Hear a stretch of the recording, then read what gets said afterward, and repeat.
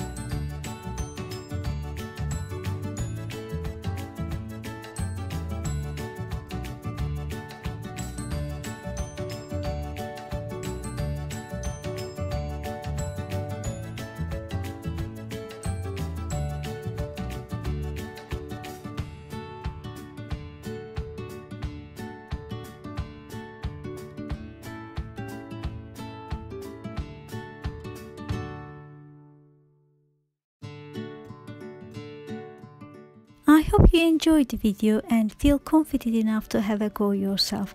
I would really appreciate if you like and subscribe to my channel if you haven't already. I really would like to reach at least 500 subscribers before my 1-year anniversary in November. Thank you so much for your continuous support. And also please tell me which one was your favorite pumpkin on the comments below. And until next time, bye bye.